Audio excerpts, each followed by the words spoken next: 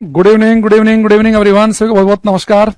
उम्मीद कर रहा हूं कि आप सब बहुत बढ़िया हैं, एकदम एक्टिव मोड में हैं और आप मुझे देख पा रहे हैं, सुन पा रहे हैं। तो एक बार कमेंट करके बताएंगे कि अगर आप तक मेरी आवाज बिल्कुल साफ साफ जा रही है। तो कुछ बच्चों के मैं नाम पढ़ देता हूं, इससे आपको वॉइस क्वालिटी का पता चलेगा।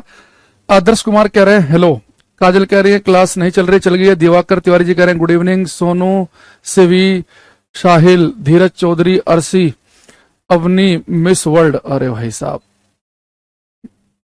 मतलब बच्चे क्लास में जो है यहाँ पे मिस वर्ल्ड और मिस इंडिया से नीचे तो पढ़ ही नहीं रहे हैं। निकिता पाल, रवि, अमित, गोपाल, सोनू, हरिओम, कनिष्का, विवेक, दुर्गेश, बहुत स्पीड से कमेंट चल रहे हैं तो सबके नाम पढ़ने संभव नहीं है। तो एक बार आप मुझे बताएंगे कि क्लास में ऑडियो वीडियो कैसी है, फिर हम धीरे धीरे आपसे डिस्कस करेंगे कि क्लास की टाइमिंग क्या रहेगी, आपकी कितने दिन क्लास चलेगी, सिलेबस क्या है, किस किस एग्जाम को हम ध्यान में रखकर आपको पढ़ाएंगे, इस बैच को पढ़कर आप और किस किस एग्जाम में अप्लाई कर सकते हैं, ये सारी बातें भी मैं डिस्कस करूंगा आपके साथ में। पुनीत, आकाश, शिवम, सुरेश, उमेश, प्रेम, राजा, सनी, सिद्धार्थ, गजल, हबीबी, हिमांशु, पिंकी, दुर्गेश, ब्रजेश, ओम, शिवम, शिवानी, सरदना, सबको नमस्कार नमस्कार नमस्कार। ठीक है, चलो वीडियो ऑडियो परफेक्ट है। बेटा सबसे पहले मैं आपको बता दूं कि मेरा नाम है अंकुर और मैं आपको फिजिक्स वाला पार्ट पढ़ाऊंगा। जीएस में जर्नल साइंस में 3 सब्जेक्ट होते हैं, फिजिक्स, केमिस्ट्री और बायो। इनमें से फिजिक्स पार्ट वाला जो पार्ट है ये मैं आपके साथ में डिस्कस करूंगा। और इसमें जो फिजिक्स बेटा में पढ़नी है वो मैं आपको सबसे पहले बता देता हूं, वरना बच्चों के साथ एक कंफ्यूजन क्या रहता है कि बच्चे ने एक बैच लिया लेकिन वो फॉर्म एक तो भरेगा नहीं। मान लो कि आपने एफ कैट का बैच लिया, या मान लो कि आपने कोई जीएस स्पेशल बैच लिया, या किसी बच्चे ने मान लो कि एसएससी का कोई बैच लिया, लेकिन ऐसा तो नहीं कि एसएससी वाला बच्चा केवल एसएससी का फॉर्म ही भर रहा है। वो कई बार अपने स्टेट का पीसीएस का फॉर्म भी भर देता है, वही बच्चा सीडीएस का फॉर्म भी भर देता है। वही बच्चा क्या करेगा, मान लो कि अगर उसका 12th क्लास जस्ट अभी उसने की है तो एयरफोर्स का वाइफ गुरु का फॉर्म भी भर देगा। तो अलग अलग फॉर्म भरते हैं बच्चे, रेलवे का फॉर्म भी भर रहे होते हैं। तो इस बैच में जो मैं आपको पढ़ाऊंगा, इस सिंगल बैच में पढ़ के आप किस किस और एग्जाम को कवर कर सकते हैं, यानी कि एक बार पढ़ो उसे आप कम से कम 8 से 10 एग्जाम में अप्लाई कर पाओगे। ये बात मैं आपसे भी डिस्कस करने वाला हूं। तो अगली जब क्लासेज में मैं आपको पढ़ा रहा हूंगा तो टॉपिक के बीच में फिर आपको टीचर को परेशान नहीं करना कि सर मैं इसके लिए भी अप्लाई हो जाऊंगा क्या, इसके लिए भी सफिशिएंट है क्या ये बैच। तो ऐसी हरकतें नहीं करनी। तो पहली क्लास के अंदर ये बात आपको समझनी है, ठीक है। अच्छा, दूसरी चीज, सर बैच स्टार्ट 17 मई को दिखा रहा था बट ये 7 मई को ही क्यों स्टार्ट हो गया, कोई कुछ लिख रहा है, किसी बैच के बारे में पूछ रहा है शायद। ये एक बच्चा पूछ रहा था कि राकेश यादव सर का जो टेस्ट सीरीज वो कुछ क्वेश्चन की प्रैक्टिस कराएंगे तो उनका सिलेबस पूरा नहीं हो तो कैसे करें। तो बेटा अब देखो, हमेशा यहाँ बच्चे हमारे यहाँ नए नए बैच आते रहते हैं, ऐसे तो टीचर कभी प्रैक्टिस करा ही नहीं पाएगा, है ना। तो मैं भी आपको पहले बता देता हूं कि किस किस एग्जाम को मैं ध्यान में रख के आपको पढ़ाने वाला हूं। यहाँ बड़े ध्यान समझना। देखो एक बार पहले मेरी बात ध्यान सुनना, फिर मैं आपके डाउट ले लूंगा जिसके कोई डाउट हो। एनी एग्जाम ऑफ एसएससी, अगर आप एसएससी के किसी भी पेपर की तैयारी कर रहे हैं, अब मैं उसमें लिख नहीं रहा हूं वरना मुझे बहुत सारे नाम लिखने पड़ेंगे, सीएचएसएल, एमटीएस, ये साथ में लिखना पड़ेगा मुझे, एसएससी जीडी ये लिखना पड़ेगा, सीजीएल, सीपीओ। तो एसएससी का कोई भी एग्जाम जिसमें एसएससी लिखा हुआ है, एसएससी का कोई भी वनडे कॉम्पिटिटिव एग्जाम है, वो सारे के सारे इसमें कवर होंगे। एफ कैट का पेपर तो होगा ही होगा। ऐसे अगर आप एयरफोर्स के वायु ग्रुप की तैयारी कर रहे हैं वो भी कवर होगा। आप अपने स्टेट के एसएससी की तैयारी कर रहे हैं, मान लो यूपी के एसएससी की या हरियाणा या बिहार के, तो उनमें स्टेट एसएससी का कोई भी पेपर हो, किसी भी स्टेट का पीसीएस हो, ये बेटा सारे के सारे इसके अंदर कवर होने वाले हैं। इसके अलावा आपके स्टेट के पुलिस के एग्जाम हो, state police, state PCS, state SSC, ये सब के सब कवर होंगे। एफ कैट का, वाई ग्रुप का, एयरफोर्स का, एसएससी का कोई सा पेपर हो, सीजीएल से लेके एमटीएस तक का सारे के सारे कवर होंगे।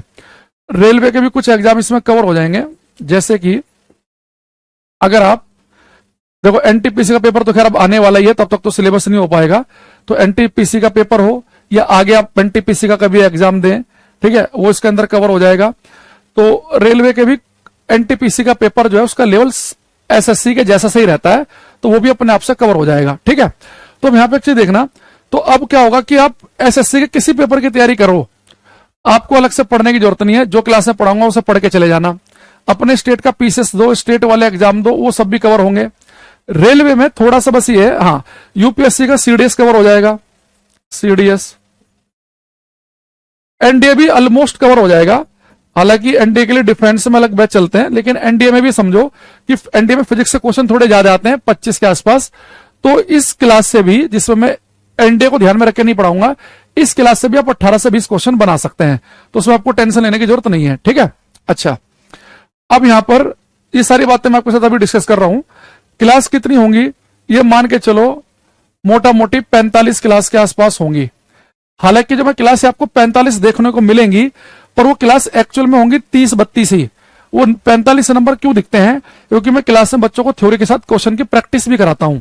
अगर मैं खाली थ्योरी पढ़ाऊं तो ये काम आपका 30-32 क्लास में हो जाएगा, लेकिन जो भी हम चैप्टर पढ़ेंगे उसके प्रीवियस ईयर के क्वेश्चन या जो क्वेश्चन आ सकते हैं एक्सपेक्टेड, वो भी मैं क्लास में आपको कराऊंगा। इसलिए आपको कुछ नंबर ऑफ क्लासेस बढ़ती हुई दिख जाएंगी, वरना ये क्लास हम 30-32-35 क्लास मैक्सिमम तक खत्म कर सकते हैं। लेकिन 10-12 क्लास क्यों बढ़ जा रही है, ताकि हम क्वेश्चन की प्रैक्टिस भी साथ में कर लें, तो उससे हमारा चैप्टर ज्यादा मजबूत होता है कि जो थ्योरी पढ़ी साथ में उसके हमने क्वेश्चन भी कर लिए। तो मैं 3 तरीके से आपको इसमें चीजें बताऊंगा। एक हम पढ़ेंगे थ्योरी, कॉन्सेप्चुअल क्वेश्चन, और बेसिक न्यूमेरिकल भी कर लेंगे इसमें हम।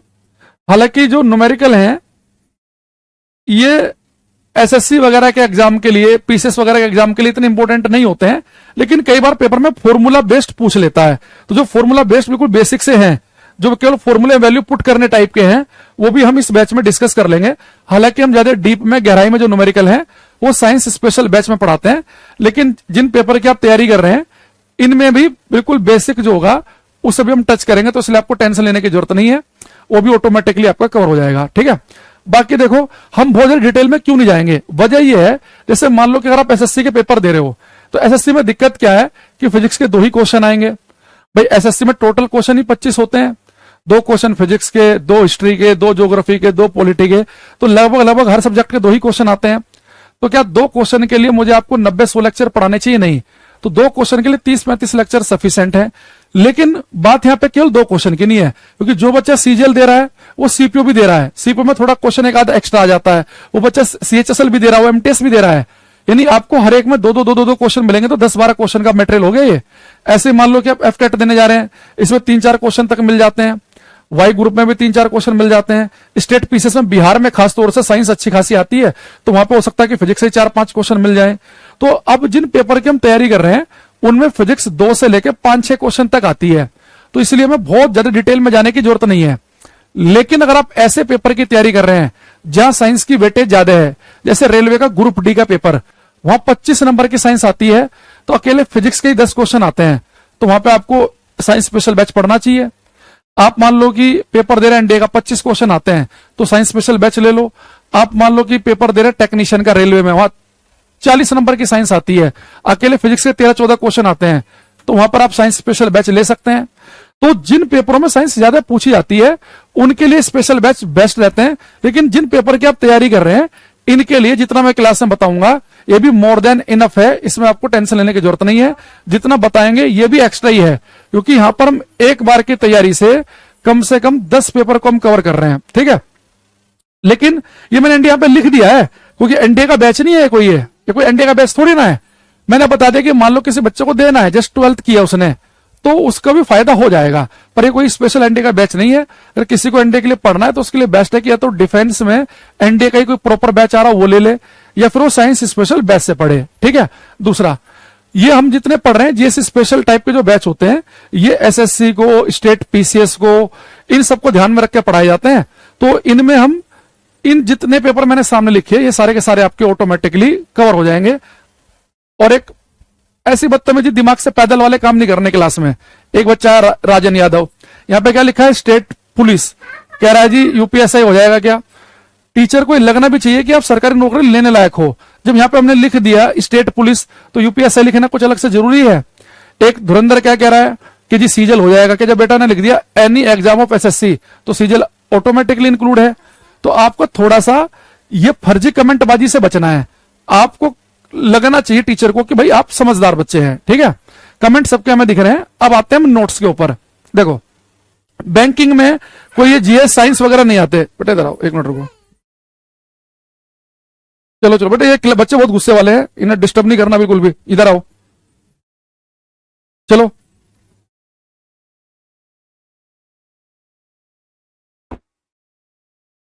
ठीक है। अच्छा, अब यहाँ पे बच्चों को दिक्कत आती है नोट्स की।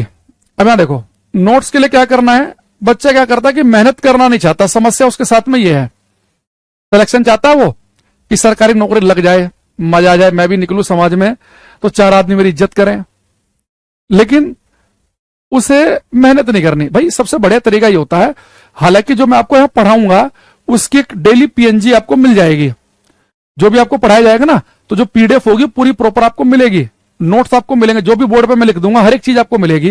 लेकिन बेस्ट तरीका ये होता है कि जब टीचर आपको पढ़ाए ना, तो आप एक रफ कॉपी ले लो, हर एक सब्जेक्ट की अलग, जो टीचर आपको पढ़ाए साथ साथ अपने हाथ से लिखते चलो। बहुत सुंदर नोट्स नहीं बनाने रनिंग हैंड में, जो केवल आपको समझ में आए। तो उससे क्या होता है कि जब खुद में लिखते हो ना टीचर के साथ साथ, तो आप ज्यादा बढ़िया कनेक्ट करोगे, ज्यादा लंबे समय तक याद रखोगे। बच्चों के साथ समस्या क्या है कि मोबाइल चला के केवल लेक्चर सुनते हैं, लिखते बिल्कुल नहीं है, फिर वो बच्चे 15 दिन के बाद सब कुछ भूल जाते हैं। तो साथ में लिखना भी जरूरी है, ठीक है। हाँ, सुबोध उसमें हो जाएगा। अच्छा, एक और देखो आ गया, इसलिए मेरा ना कमेंट अभी आपकी पहली क्लास है, अभी 2 मिनट पहले बताया, एक कह रहा बिहार दरोगा हो जाएगा, एक कह रहा सीएचएसएल हो जाएगा, एक से एक धुरंधर आते हैं। उन्हें ये नहीं समझ में आ रहा कि यहां पर अगर बोर्ड पर मैंने स्टेट पुलिस लिख दिया तो क्या स्टेट क्या है भाई, जो बिहार भारत का राज्य नहीं है क्या, वो अफगानिस्तान में आ रहा है। तो बिहार हो, यूपी हो, हरियाणा हो, सब पुलिस का आ गया। हमने लिख दिया कि एसएससी का कोई भी एग्जाम हो, सीएचएसएल हो चाहे सीजीएल हो, सारे के सारे होंगे।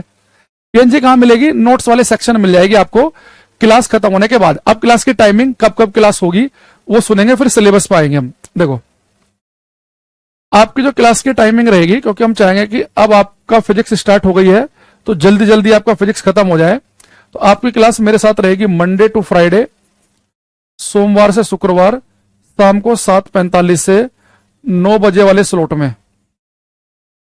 तो इवनिंग में डेली आपके साथ मेरी क्लास होगी मंडे टू फ्राइडे, ठीक है। सैटरडे संडे जो है वीकेंड है, आप उसमें अपना रिवीजन कर सकते हैं जो भी आप पढ़ते हैं, है ना, उसके लिए। अच्छा, दूसरी चीज, एक बात और ध्यान रखना कि एक तो बेटा लिख लेना ये टाइमिंग, अगर 7:45 मैंने क्लास में लिखा, इसका मतलब ये है, जो बच्चे मुझे जानते हैं, जो पहले से मेरे से पढ़ चुके हैं किसी और बैच में, मेरी क्लास में अगर 7:45 मैंने लिखा है ना, तो 7:45 का मतलब है 7:45। 7:47 पर अगर कोई बच्चा मेरी क्लास में आएगा तो वो लेट कहलाएगा, क्योंकि 7:45 पर मैं क्लास स्टार्ट कर देता हूं। तो आपको टाइमिंग का ध्यान रखना है। वो हो सकता है कि आपके यहाँ पे लाइव क्लास 7:46 पे हो, थोड़ा डिले हो जाता है लाइव क्लास में, 30-35 सेकंड का पीछे चलती है क्लास, तो आपको 7:45 पे लाइव रहना है।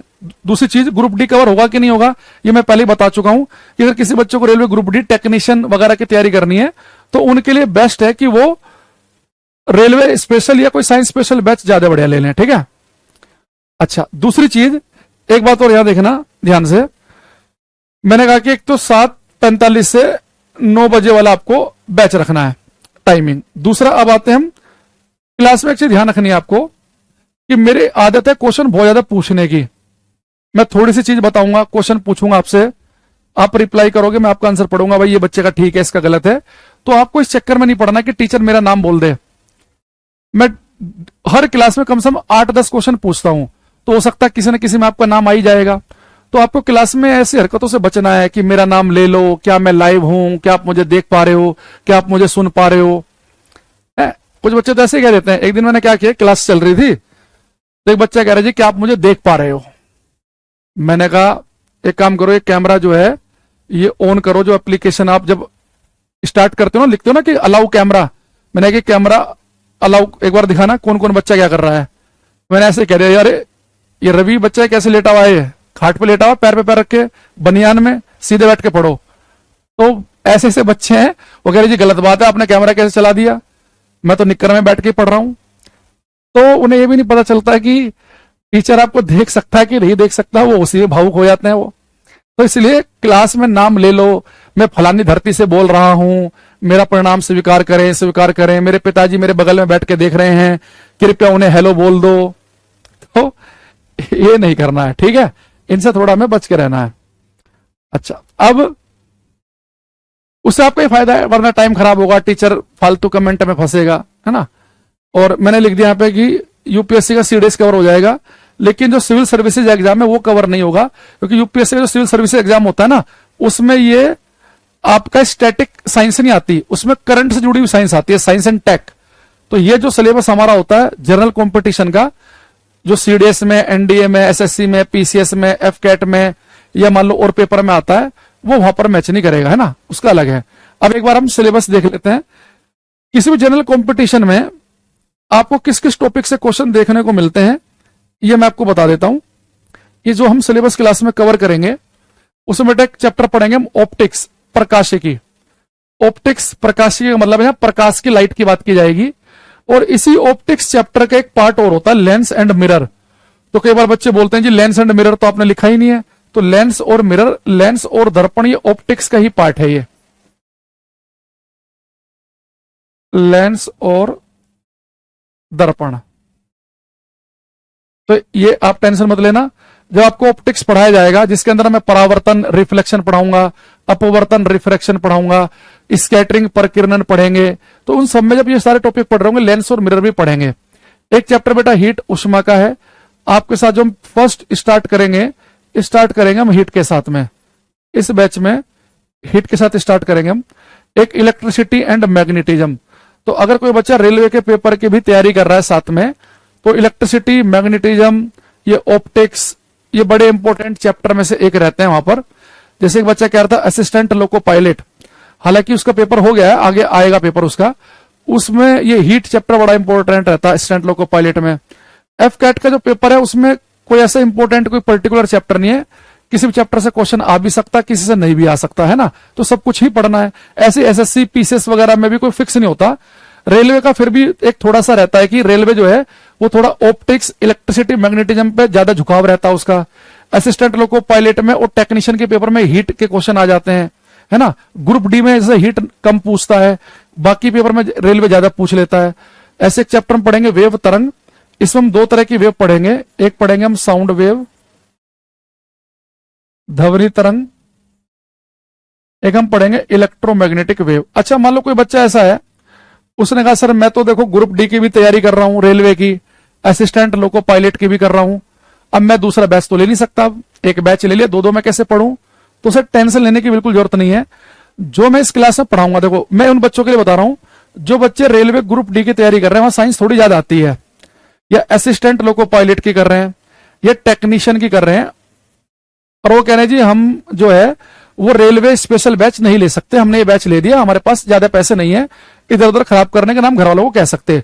तो आप टेंशन मत लो, आपने क्या करना है, ये तीन जो बच्चे हैं, ये जो मैं क्लास में पढ़ाऊंगा वो पढ़ने के साथ में बस एक छोटा सा काम और करना। आप मंडे टू फ्राइडे आपके साथ क्लास चलेगी, मैं सैटरडे संडे को ना रेलवे के क्वेश्चन की प्रैक्टिस कराता हूं। क्वेश्चन की प्रैक्टिस करते हैं हम, ये कैरियरविल रेलवे एग्जाम चैनल पर, कैरियरविल रेलवे एग्जाम चैनल पर इसमें सारे टॉपिक के क्वेश्चन करा दूंगा। अभी इसमें सैटरडे संडे को क्लास होती है, तो बहुत सारे सेट में करा चुका हूं। तो आप एक काम करना, जिस क्लास में थ्योरी करोगे, न्यूमेरिकल करोगे, उनके साथ में थोड़ा सा ही सैटरडे संडे को रात को 9 से 10 बजे क्लास चलती है सैटरडे संडे को, ये रेलवे स्पेशल क्लास है ये, तो वो आप चाहो तो यहां पे आ जाना, तो आपको अलग से बैच खरीदने की जरूरत नहीं पड़ेगी, क्योंकि जो मैं इस बैच में पढ़ाऊंगा और रेलवे स्पेशल में उन क्वेश्चन का ही डिफरेंस रहता है, वो क्वेश्चन आप यहां से कर लेना, ठीक है। हाँ, आरआरबी जेई वाले बच्चे भी आ जाना यहाँ पे, जो जेई वाले हैं, आरआरबी जेई वाले, मतलब जहां पे जिन पेपर में साइंस 25 नंबर की उससे ज्यादा की आती है, वो बच्चे ये वाला सेशन भी कर लेना, जहां पे 2-2, 3-3 क्वेश्चन आते हैं फिजिक्स से, कहीं पे 2, कहीं पे 1, कहीं पे 3, उनके लिए क्लास सफिशिएंट है, जो मैं यहाँ पे 7:45 से 9 बजे आपको एप्लीकेशन पे कराऊंगा। तो अगर किसी को और भी पेपर की तैयारी करनी है, उसने एक नहीं 7-8 फॉर्म भरने हैं, और उसे मान लो कि रेलवे में से इनमें से किसी एक का फॉर्म भरना है, क्योंकि ग्रुप डी का पेपर 10वीं पास बच्चा भर सकता है, तो सब बच्चे भर देते हैं इसका फॉर्म। तो अगर आपको इनमें से कोई फॉर्म भरना है, तो सैटरडे संडे को आप लिख लो कि रात को 9 से 10 क्वेश्चन की प्रैक्टिस करनी है कैरियरविल रेलवे एग्जाम चैनल पर, मेरे साथ में सैटरडे संडे को रहती है, कल भी क्लास है इस पे, तो जो आप पढ़ते रहोगे तो ठीक रहेगा, है ना। सैटरडे संडे को रात को 9 से 10। बाकी यहाँ पे जो टाइमिंग रहेगी एप्लीकेशन पे जो क्लास है, ये मैंने बता दी, 7 से 45 से 9, और ज्यादा पैसे फालतू खराब करने की जरूरत भी नहीं है घर वालों की, ठीक है। एक कह रहा है कि फिजिक्स के सीडीएस और एनडीए में डिफरेंस है। हाँ, सीडीएस में क्या है ना कि 10-10 क्वेश्चन आते हैं, 10 क्वेश्चन फिक्स हैं फिजिक्स के, 10 केमिस्ट्री के, 10 बायो के, केमिस्ट्री बायो को मुझे फिर भी इतना मैंने ध्यान नहीं दिया। फिजिक्स से 10 क्वेश्चन आते हैं फिक्स, और उन 10 के 10 क्वेश्चन को आप अगर प्रीवियस ईयर की कोई भी उठाओगे सब में मिल जाएंगे वो। सीड एनडीए में 25 क्वेश्चन आते हैं, तो वहां पे 2-4 क्वेश्चन थोड़े अच्छे लेवल के पूछ लेता है वो। लेकिन सीडीएस में अगर आप जितना क्लास में पढ़ाएंगे उतने पढ़ लोगे तो 10 के 10 करके आ जाओगे, क्योंकि यहाँ पे हम क्लास में ग्रेजुएशन वाले बच्चे बहुत रहते हैं, तो वो सीडीएस का फॉर्म भी बहुत सारे भर रहे होते हैं, तो सीडीएस को हम कवर करके चलते हैं। एनडीए क्या है, वो डिफेंस सेगमेंट में अलग ही सेगमेंट है, लेकिन फिजिक्स तो बदलती नहीं, हर जगह सेम ही रहती है, थोड़ा बहुत ऊपर नीचे लेवल होता है, तो एनडीए वालों को भी फायदा हो जाता है इसमें। ठीक है, अच्छा अब यहाँ पे आते हैं। अब मैंने कहा कि इसके बाद बेटा एक हमारे पास में एक चैप्टर हम पढ़ेंगे फ्लूइड। ये फ्लूइड जो है ना छोटे छोटे टॉपिक का कॉम्बिनेशन है। जैसे इसके अंदर हम पढ़ेंगे आर्किमिडीज प्रिंसिपल, आर्किमिडीज का सिद्धांत, इसी के अंदर हम पढ़ेंगे बर्नौलीज थ्योरम, बर्नौली की प्रमेय, इसी के अंदर हम पढ़ेंगे पास्कल लॉ, पास्कल का नियम, है ना। इसी के अंदर मैं यहाँ पे शॉर्टकट में लिख रहा हूं, आर्किमिडीज प्रिंसिपल, आर्किमिडीज का सिद्धांत, बर्नौलीज थ्योरम, बर्नौली की प्रमेय, पास्कल लॉ, पास्कल का नियम। ये हम पढ़ेंगे सरफेस टेंशन, पृष्ठ तनाव। तो छोटे छोटे टॉपिक के कॉम्बिनेशन आएगा फ्लूइड चैप्टर। फिर हम पढ़ेंगे मोशन, गति, गति में यानी कि स्पीड, वेलोसिटी, एक्सेलरेशन, चाल, वेग, त्वरण की बात करेंगे। फिर न्यूटन के नियमों पर आएंगे। उसके बाद में circular motion, projectile motion, gravitation, lift, friction, work power energy, simple pendulum, satellite, Kepler के नियम, और लास्ट में यूनिट्स एंड डायमेंशन। तो ये हमें कुल मिला के 14th चैप्टर हमें करने हैं। और सीएचएसएल होगा कि नहीं होगा, न्यूमेरिकल होंगे कि नहीं होंगे, सारी बातें मैं क्लास में बता चुका हूं शुरू में ही। तो जो बच्चे लेट आए हैं वो 7:45 से क्लास शुरू हुई थी। इस क्लास के रुकने के बाद में शुरू से क्लास देख लेना, बार बार एक ही बात को रिपीट करेंगे तो जो बच्चे शुरू से आए हुए हैं वो फालतू में इरिटेट होंगे। ठीक है, तो भाई ये आपका सिलेबस है, ये पीएनजी आपको कल मिल जाएगी 11-12 बजे तक, तो ये आपको उतारने की जरूरत नहीं है सिलेबस को। इससे देखो फायदा क्या होगा, जैसे बहुत सारे बच्चे करते क्या है, जैसे 12-14 क्लास होती हैं,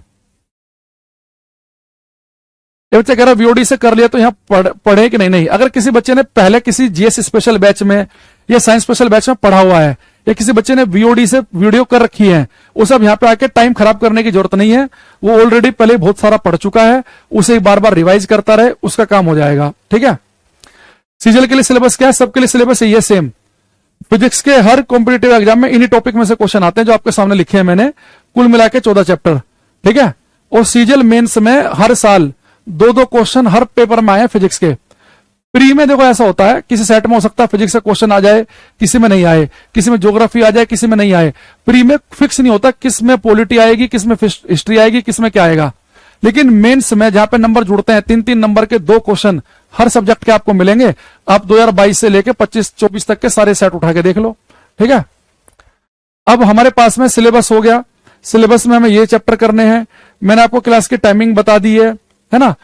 क्लास की टाइमिंग हमने आपके साथ डिस्कस कर ली है। और क्लास मंडे से फ्राइडे होगी 7:45 से 9। जिन बच्चों को और ऐसे पेपर की तैयारी करनी है जहां साइंस ज्यादा आती है तो उन्हें क्या करना है ये मैंने बता दिया। इसमें जो एप्लीकेशन में हम क्लास पढ़ेंगे, किस किस एग्जाम को फोकस करेंगे, वो मैंने आपको बता दिया सारी चीजें। इसके अलावा आप एक काम और कर सकते हैं,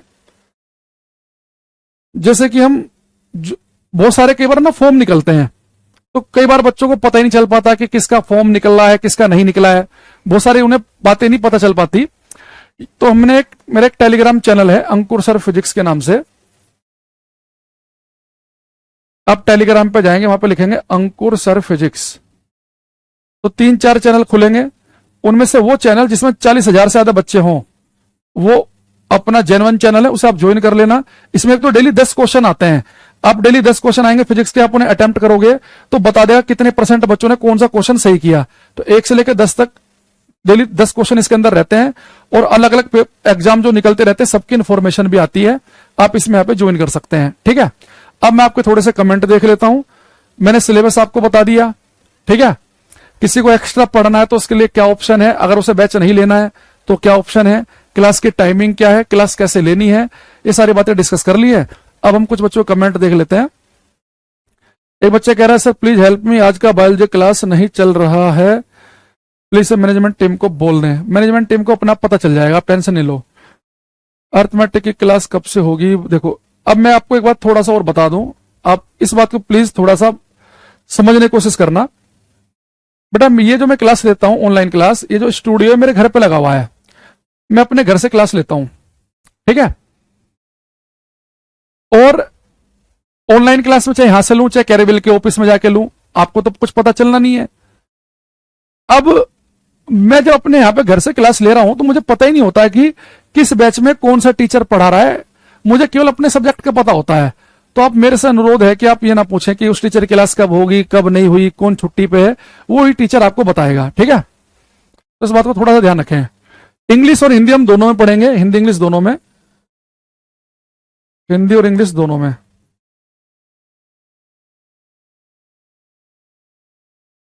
कितने क्लास में खत्म होगा मैं ऑलरेडी बता चुका हूं सर। मैं आर्ट साइंस था इसलिए मुझे लगा कि साइंस पढ़ना पड़ेगा। देखो अगर कोई आर्ट साइड से भी है टेंशन मत लेना, बहुत आसान फिजिक्स पढ़नी है 10वीं क्लास तक की, वो हम इतने बढ़िया तरीके से पढ़ा देंगे। आर्ट कॉमर्स से कोई फर्क ही नहीं पड़ेगा। सीजल में कितने क्वेश्चन आते हैं हमने बता दिया है।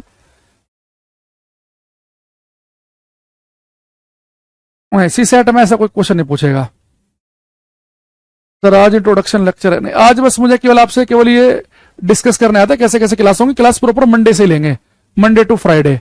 तो आज जो भी आपको कुछ भी पूछना है तो आज पूछ सकते हैं। अपना नाम मैंने नाम बता दिया, अपना अंकुर है। स्टूडियो से कभी लेते हैं कि डेली? मैं देखो मैं एक्चुअली मैं ना गवर्नमेंट जॉब भी करता हूं तो मेरा ऑफिस रहता है दिन में। तो मैं भारत सरकार के जल मंत्रालय में मिनिस्ट्री ऑफ जल शक्ति में जॉब भी करता हूं।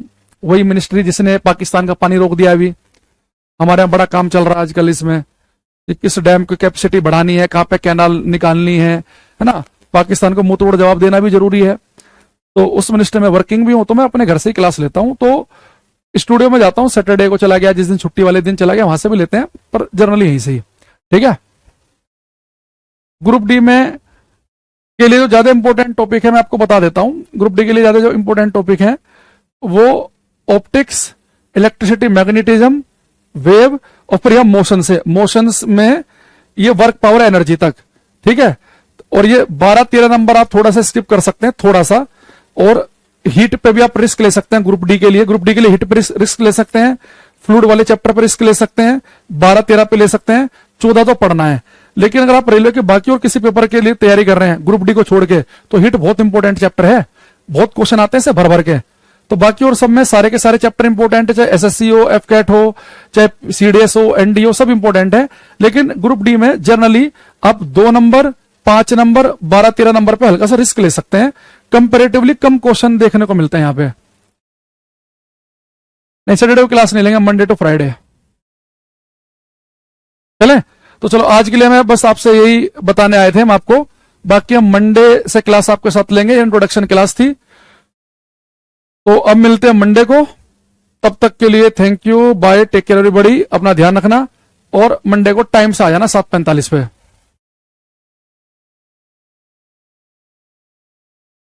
नहीं भाई, टाइमिंग यही रहेगी 7:45 से 9 वाली। फिर अगली क्लास मेरी 9 से 10 होती है ना। सुबह भी क्लास रहती है, मॉर्निंग स्लॉट में भी क्लास रहती है। तो सर यूपीआरओ के लिए सफिशिएंट है, यहाँ यूपीआरओ एआरओ के लिए बिल्कुल सफिशिएंट है। मैंने कहा ना स्टेट पीसीएस से जुड़े हुए जितनी भी चीजें हैं। ये बच्चा कह रहा सर आपकी एज क्या है? भाई एज पूछ रहा है, क्या आपको रिश्ता विश्ता है आपके पास तो बताओ, फिर बताएं एज। अरे मास्टर जी का ब्याह हो लिया, 4 साल हो गए, छोटी बच्ची भी आई थी अभी क्लास में, उसे भी हमने बाहर भेजा है। ये एज वेज के चक्कर मत पड़ा करो, ठीक है। हाँ, अगर हम मैरिड नहीं होते फिर कहते हैं आपसे, बता रहे हैं भाई एज, बायोडाटा बताते हैं आपको पूरा कि यहाँ वर्किंग है, इतनी सैलरी मिल रही है, इतने पैसे मिल रहे हैं, इतनी हाइट है, इतना ये है, ये गोत्र है, ये फलाना है। भारत में तो यही चलता है। फिर उसके बाद में बताया जाता तुम्हें डिटेल में। सर ने ग्रेजुएशन क्या किया? मैंने किया मास्टर इन फिजिक्स, एमएससी किया मैंने डीयू से, दिल्ली यूनिवर्सिटी से। सर आप? हाँ, जुबैर सर बहुत बढ़िया दोस्त है मेरे, बहुत साल से हम साथ में पढ़ा रहे हैं। चले, हाँ, ईपीएफओ भी कवर हो जाएगा। चलो बाय, टेक केयर, मिलते हैं मंडे को, थैंक यू।